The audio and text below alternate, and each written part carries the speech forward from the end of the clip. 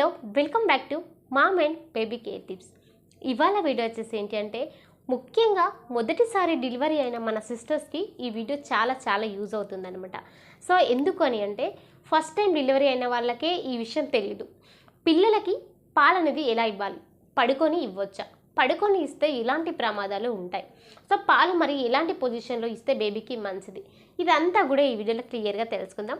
వీడియోలోకి వెళ్ళిపోయే ముందుగా మన ఛానల్ని అయితే సబ్స్క్రైబ్ అయితే చేసుకోండి, పక్కనే ఉన్న బెల్ ఐకాన్ అయితే క్లిక్ చేయండి. నేను పెట్టే ప్రతి వీడియో కూడా మీకు ముందుగా నోటిఫికేషన్ రూపంలో రావడం అయితే జరుగుతుంది. ఏదైనా సందేహాలు ఉంటే కింద కామెంట్ చేయండి, తప్పకుండా నేను మీకు రిప్లై ఇస్తాను. ఇక వీడియోలకైతే వెళ్ళిపోదాం. సో నార్మల్గా ఈ సందేహం ఖచ్చితంగా రావాలి కూడా తల్లులకి. ప్రతి విషయం కూడా తెలుసుకుంటూ ఉండాలి, బేబీ గురించి కానీ మీ గురించి కానీ. మొదటిసారి డెలివరీ అయిన వాళ్ళకి ఇది చాలా యూజ్ అవుతుంది. సో బేబీకి పడుకొని పాలు ఇవ్వచ్చా, సో పడుకొని పాలు ఇవ్వడం వల్ల బేబీకి ఏమైనా ప్రమాదం ఉంటుందా అనేది ఈ వీడియోలో క్లియర్ చేసుకుందాం. సో డెఫినెట్లీ బేబీకి పడుకొని అస్సలు పాలు ఇవ్వకూడదు, ఖచ్చితంగా కూర్చుండి పాలు ఇవ్వాలి. మరి మీకు మరొక సందేహం రావచ్చు, ఎలా అక్క అంటే మాకు సిజేరియన్ డెలివరీ అయింది, మేము ఎక్కువసేపు కూర్చోలేకపోతున్నాము, సో మరి మాలాంటి వాళ్ళు ఎలా అని మీకు ఒక డౌట్ రావచ్చు. సో ఓకే, మీరు కూడా మీకు కొంచెం డెలివరీ అయినాక ఒక 15 days వరకు మీకు కొంచెం ఇబ్బందిగానే ఉంటుంది. సో అప్పుడు కూడా మీరు కొంచెం కేర్ఫుల్గానే పిల్లలకి మీకు కూర్చోవాలనుకున్నప్పుడు కూర్చొని పాలివ్వండి, లేదా అంటే కేర్ఫుల్గా మీరు ఎలాంటి ఇబ్బంది అంటే నిద్రపోకుండా బేబీ ఫీడింగ్ అనేది ఎలా తీసుకుంటుందో దాన్ని అబ్జర్వ్ చేసుకుంటూ మీరు పడుకొని పాలివ్వచ్చు.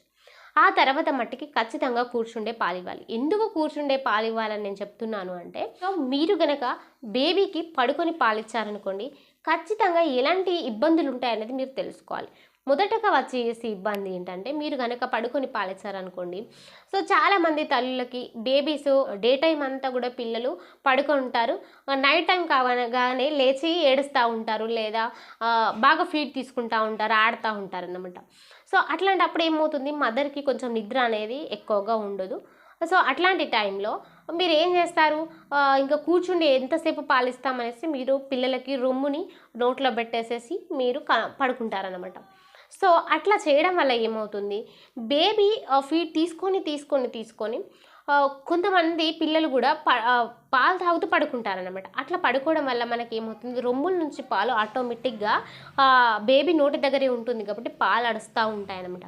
అట్లా పాలు కనుక బేబీ పడుకొని మీరు పడుకొని పాలు అడుస్తూ ఉంటే కనుక అది ఊపిరితిత్తుల్లోకి వెళ్ళిపోయి చాలా ప్రమాదం అయితే ఉంటుంది. అవి ఒక్కొక్కసారి ముక్కులలో కూడా రావడం అయితే జరుగుతుంది. సో చాలా ప్రమాదం ఉంటుంది, ఇంకా చెప్పనక్కర్లేదన్నమాట.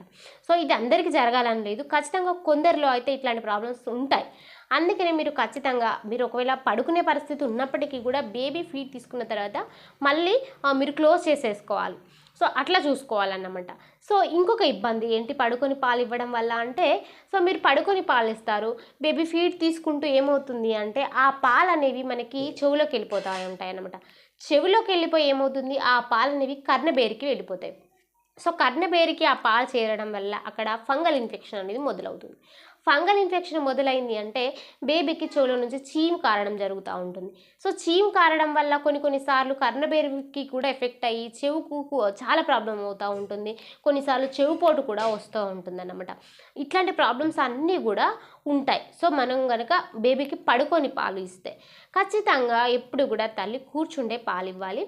సో ఇట్లా కూర్చుండి పాలిచ్చి అయిన తర్వాత బేబీని మీరు పడుకోబెట్టేసి మీరు పడుకోండి. అంతేగాని చాలామంది తల్లులు ఎంతసేపు కూర్చుండి పాలిస్తామనేసి వాళ్ళు పడుకొనే పాలు పట్టడం అయితే జరుగుతుంది. సో వీలైనంత వరకు కూడా అట్లాంటి పరిస్థితి మీరు తెచ్చుకోకుండా మంచిగా కూర్చుండి ఒక పొజిషన్లో మీరు పాలు ఇవ్వాలి. బేబీని ఆ ఇచ్చే పొజిషన్ కూడా కరెక్ట్గా ఉండాలి, అండ్ ఆ నిప్పులు అనేది పూర్తిగా బేబీ నోట్లకు వెళ్తుందా లేదా చూసుకోవాలి. ఎందుకంటే ఇక్కడ చాలామంది తల్లులు చేసే మిస్టేక్, ముఖ్యంగా మొదటిసారి డెలివరీ అయిన వాళ్ళు బేబీకి ఆ నిప్పులు అందించేటప్పుడు ఆ నిప్పుల్ని ఓన్లీ జస్ట్ మనకి అంటే ఇది నిప్పులు అనుకోండి, ఇది స్కిన్, ఇది నిప్పులు అనుకోండి, ఈ నిప్పులు మాత్రమే బేబీకి నోట్లోకి వెళ్ళింది అనుకోండి, అప్పుడు ఏంటి బేబీ నిప్పులు పట్టి పాలు ఎగ్గుతూ ఉంటుంది. అప్పుడు ఏంటంటే బేబీకి పాలు అనేవి కొంచెం తక్కువగా రావడం వల్ల ఆ నిప్పుల్ని బాగా ప్రెస్ చేస్తే మనకి అక్కడ పుండ్లు అయ్యి పగలడం కానీ క్రాక్స్ రావడం కానీ జరుగుతూ ఉంటుంది అన్నమాట.